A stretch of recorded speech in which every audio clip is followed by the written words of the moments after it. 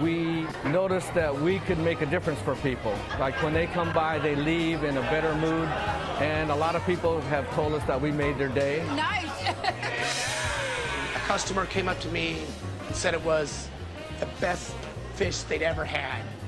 Something happened to me, and I realized I was making people happy. Give me a big hug.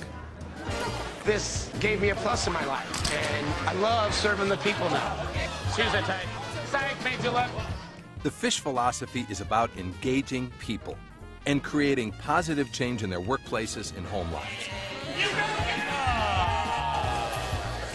Too much coffee! Too much coffee! You know, are you being, this is a lousy, stinking job, or are we being, well, we're just selling fish, or are you being, you know, world famous? Filet pieces!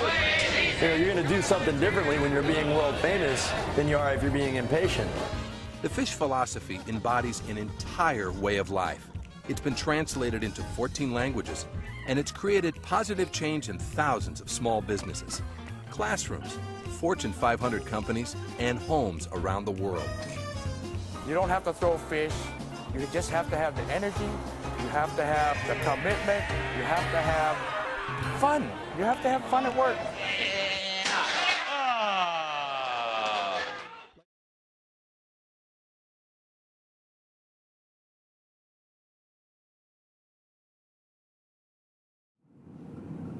I'm just travelling back from Midland with the meeting that we had, the all managers meeting, and I'm just thinking how the day went, and in particular thinking about the fish video, and there was a line in that where they said we don't sell fish, and I thought, how does that relate to us as managers, and how does that relate to us as a business? And it got me thinking.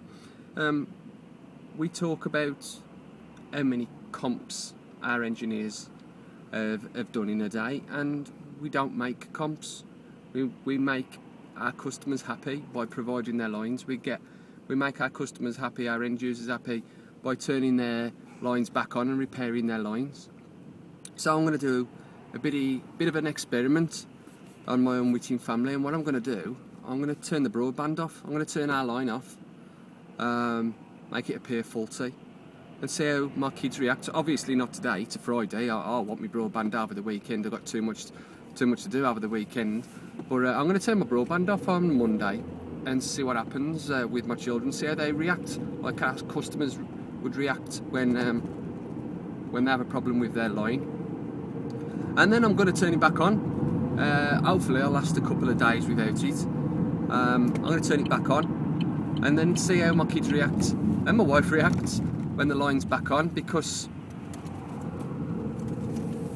we don't normally get to see that. We don't always see that, and I don't think our engineers see enough of it, of the enjoyment that they bring to our customers when they get their lines working. So an update, I've just finished at Midland, and I thought, I was going to do that video about what it would be like to live without broadband, and see the joy it'd bring to my kids when I turn the broadband back on. And I haven't found a good time to do it yet. I know it sounds a bit of an excuse, and it was the 27th of February when I first come up with the idea, and it's the 31st of March today, and I still haven't found a good time to turn it off. And then I thought, oh, well, I'll turn it off this week, but now it's the kids' school holidays, and they can't be doing without their PlayStation network, so it's going to be another couple of weeks, I'm afraid. Well, the time's come. I'm going to turn this broadband off here. Deal with the ramifications a bit later.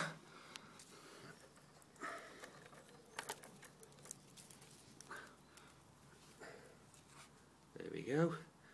One dished off line. I've got an iPad set up in my lad's room upstairs, and an iPhone set up in my lad's room as well on constant record, and all else should break loose any minute now.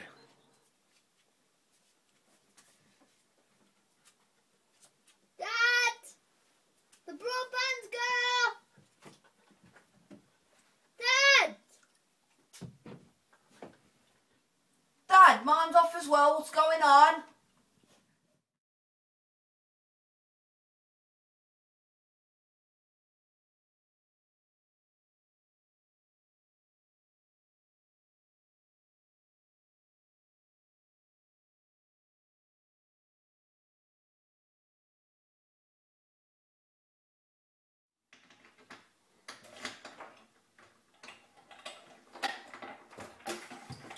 Alright, son.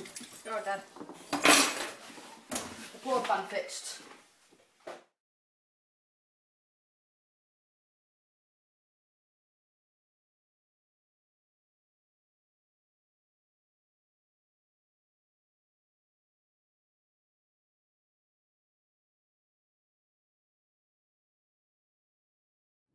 Hey, guess what, Dan? What? Had the broadband fixed today. Yes! About time. You glad? Yeah. What are you going to do when you get home then? Go on PSN.